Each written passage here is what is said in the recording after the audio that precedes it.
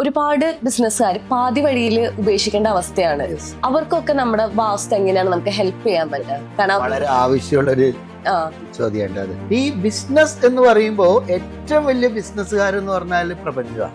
ആ കൂടി ഇൻവെസ്റ്റ്മെന്റ് ചെറുത്, റിട്ടേൺസ് വലുത്. ഇതാണ് നേച്ചറിന്റെ ഓർഡർ.